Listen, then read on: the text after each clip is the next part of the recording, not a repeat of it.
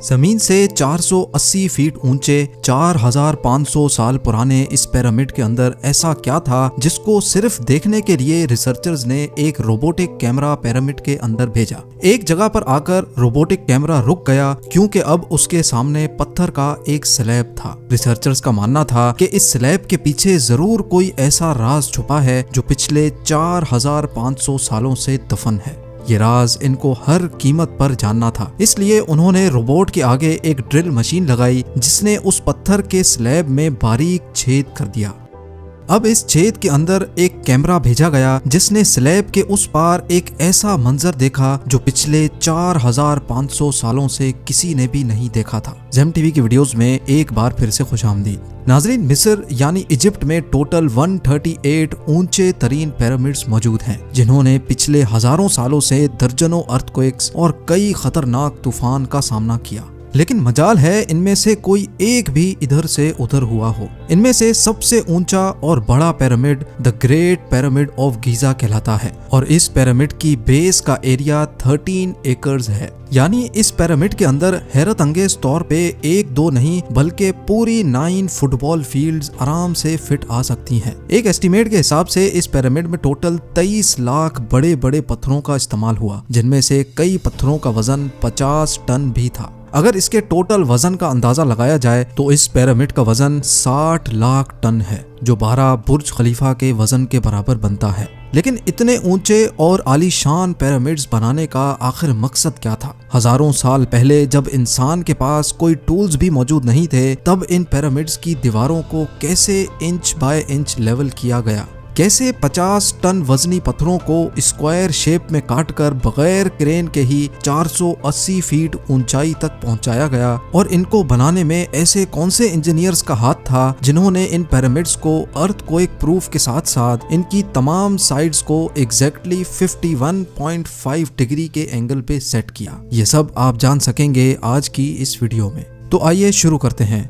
Challenge number 1। कई सदियों से मुख्तलिफ रिसर्च टीम्स इस पिरामिड की कंस्ट्रक्शन टेक्निक जानने के लिए सर जोड़कर बैठी थीं कि आखिर इस पिरामिड की हर side exactly north, south, east और वेस्ट पे बगैर कंपास के कैसे सेट की गई होंगी। कई एक्सपर्ट्स का मानना है कि उस टाइम के आर्किटेक्ट्स ने सबसे पहले ऐसी जमीन तलाश की होगी जो लाखों टन वजनी पत्थरों का वजन झेल सके। उसके बाद पोलर स्टार्स यानी वो सितारे जिनकी मदद से अर्थ के पोल्स का पता पड़ता है, उनकी मदद से पिरामिड की हर साइड को मार्क किया गया। ना कोई कंपास और ना ही कोई ऑप्टिकल इंस्ट्रूमेंट, सिर्फ इस बेसिक टेक्निक से हजारों साल पहले इस पिरामिड की डायरेक्शन सेट की गई और वो भी 0 एरर्स के साथ। Challenge number 2। अगला चैलेंज था जमीन को लेवल करने का। जिस 13 एकड़ की जमीन पर इस पिरामिड को बनना था, उसका लेवल थोड़ा सा भी आउट होता तो 23 लाख पत्थरों के इस पहाड़ का खड़ा होना बिल्कुल भी मुमकिन नहीं था। अब इस जमीन को लेवल करने के लिए उस टाइम के इंजीनियर्स के पास ना ही लेजर लेवलर था और ना ही बबल लेवल। एक्सपर्ट्स का मानना है कि कंस्ट्रक्शन साइट की चारों साइड्स पर खड्डा करके उसमें पानी डाला गया होगा और फिर एक साइड के पानी के लेवल से दूसरे साइड के पानी के लेवल को मैच किया गया होगा। जो जमीन का हिस्सा पानी के लेवल से मैच नहीं कर रहा होगा, उसको छेनी और हथौड़ों की मदद से काट कर लेवल किया गया होगा। कई एक्सपर्ट्स का मानना है कि एंशिएंट इजिप्शियंस ने इस सिंपल टूल का भी इस्तेमाल किया, जिसकी दोनों साइड्स पे लकड़ियां और उसके ठीक सेंटर पे एक रस्सी से पत्थर बंधा हुआ है। अगर पत्थर जमीन से टच हो गया और उसकी रस्सी ठीक सेंटर लाइन पे आ रही होगी तो इसका मतलब है कि बीच की जमीन परफेक्टली लेवल्ड है। Challenge number 3। अब पिरामिड कंस्ट्रक्शन साइट पे डायरेक्शंस भी सेट थी, मार्किंग्स भी हो चुकी थी और जमीन का लेवल भी सेट था। अब बारी थी कंस्ट्रक्शन स्टार्ट करने की, जिसके लिए लाखों टन वजनी और बड़े पत्थर रिक्वायर्ड थे। लेकिन ये पत्थर काटने के लिए ना ही उनके पास ग्राइंडर थे और ना ही जैक हैमर्स। लेकिन फिर भी उन्होंने 50 टन वजनी पत्थर काटे भी और उनको स्क्वायर या रेक्टेंगल शेप भी दिया। लेकिन आखिर किसकी मदद से? जी हाँ, यही वो सिर्फ एक टूल था जिसकी मदद से पत्थरों को काटा गया। एक्सपर्ट्स का मानना है कि पिरामिड की कंस्ट्रक्शन पे इस्तेमाल होने वाली छेनी सिर्फ कॉपर से ही नहीं बनी थी, क्योंकि उनको भी ये बात मालूम थी कि कॉपर नरम होता है और पत्थर नहीं काट सकता। इसलिए इसमें एक केमिकल आर्सेनिक भी शामिल किया गया था। कॉपर और आर्सेनिक से बनाई जाने वाली ये छेनी लकड़ियों के हथौड़ों से पत्थरों पर ठोकी जाती थी और कई घंटों की मेहनत के बाद बड़े बड़े पत्थर शेप में लाए जाते थे। Challenge number 4। अब चूंकि ये खास किस्म का पत्थर जिसको आज लाइम स्टोन कहा जाता है, उसकी कटाई पिरामिड कंस्ट्रक्शन साइट गीजा से 250 किलोमीटर दूर टोरा के शहर में हो रही थी। अब मसला था ये पत्थर गीजा तक ट्रांसपोर्ट करने का। हर एक पत्थर 50 टन यानी 50,000 केजी के बराबर था, जो तकरीबन 3 पैसेंजर बस के वजन के बराबर बनता है। और ऐसे 23 लाख पत्थर सिर्फ एक पिरामिड में इस्तेमाल होना थे। इतना ज्यादा वजन ट्रांसपोर्ट करने के लिए ना ही उस दौर में कोई जानवर काम आ सकता था और ना ही उनके पास ट्रक्स मौजूद थे। हत्ता कि अगर आजकल के जदीद दौर में भी ये काम करना पड़े तो ट्रांसपोर्ट कंपनीज को अच्छा खासा टफ टाइम आएगा।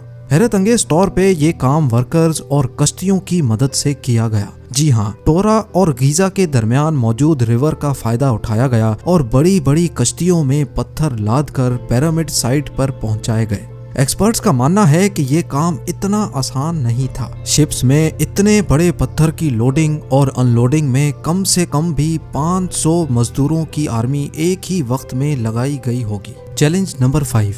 जो एक्सपर्ट्स की टीम्स पिरामिड की कंस्ट्रक्शन पर रिसर्च कर रही थी, उनको अब अपने कई सवालों के जवाब मिल चुके थे, लेकिन एक बात उनको हर वक्त सता रही थी कि लाइमस्टोन कट भी गए, ट्रांसपोर्ट भी हो गए और कंस्ट्रक्शन के दौरान एक के ऊपर एक लगना भी शुरू हो गए। मसला ये था कि पत्थर इतनी ऊंचाई तक आखिर पहुंचाए कैसे गए होंगे। कई एक्सपर्ट्स का मानना है कि पिरामिड की कंस्ट्रक्शन से पहले ही ये प्लान कर लिया गया था। या तो ये स्पाइरल ट्रैक के जरिए ऊपर गए होंगे या फिर जिग जैग तरीके से, लेकिन ये बात तो तय है कि 50,000 केजी के पत्थर ऊपर मजदूरों की आर्मी की मदद से ही खींच कर गए होंगे। Challenge number 6। बात सिर्फ लाखों मजदूरों छेनी हथौड़े से लाइमस्टोन काटने और इतने बड़े पत्थरों को ट्रांसपोर्ट करने की ही नहीं थी। इस पिरामिड के अंदर कंपार्टमेंट्स, उनके अंदर जाने का रास्ता और कई छोटी छोटी सुरंगें भी बनाई गई थी। बाकी सब चीजें तो ठीक थी, लेकिन एक चीज एक्सपर्ट्स को हैरान कर गई और वो ये थी कि अंदर के कंपार्टमेंट्स में जो पत्थर इस्तेमाल हुआ था वो लाइमस्टोन नहीं बल्कि ग्रेनाइट था। जी हाँ, ग्रेनाइट एक ऐसा पत्थर है जो डायमंड के बाद दुनिया का सबसे सख्त तरीन स्टोन माना जाता है। आजकल के मॉडर्न दौर में भी ग्रेनाइट बड़े बड़े ग्राइंडर्स की मदद के सिवा काटा ही नहीं जा सकता। दुनिया भर से कई आर्कियोलॉजिकल एक्सपर्ट्स को पिरामिड का विजिट भी करवाया गया, लेकिन किसी को भी इस बात का सुराग नहीं मिला कि 4500 साल पहले इजिप्शियंस ने ग्रेनाइट जैसे ठोस पत्थर को इतनी सफाई से कैसे काटा था। आखिरकार कई सालों के बाद एक्सपर्ट्स ने इस मिस्ट्री को भी सॉल्व कर दिया। इजिप्शियंस ने ग्रेनाइट को इतनी सफाई से एक ऐसे आरे से काटा था जिसके दांत ही नहीं थे। जी हाँ, बगैर दांतों वाले इस आरे के दोनों साइडों पर वजन डालकर इसको ग्रेनाइट पर चलाया जाता था और बीच में बजरी डाली जाती थी। एक्सपर्ट्स का मानना है कि इस तरीके से इतने बड़े पत्थर को काटने में 4 महीनों का वक्त लग जाता था। आखिरकार पिरामिड्स बनाने का मकसद क्या था? इन पिरामिड्स को बनाने में कितने मजदूर एक ही वक्त में काम करते थे? और रोबोटिक कैमरा ने जब पिरामिड के अंदर पत्थर के स्लैब में सुराख किया तो उसके अंदर वो कौन सा मंजर देखा गया जो पिछले 4500 सालों से किसी ने भी नहीं देखा था? ये सब और इससे भी ज्यादा आप जान सकेंगे इस वीडियो के पार्ट 2 में। आप लोगों के प्यार भरे कमेंट्स और लाइक्स का बेहद शुक्रिया। मिलते हैं वीडियो के अगले शानदार पार्ट में।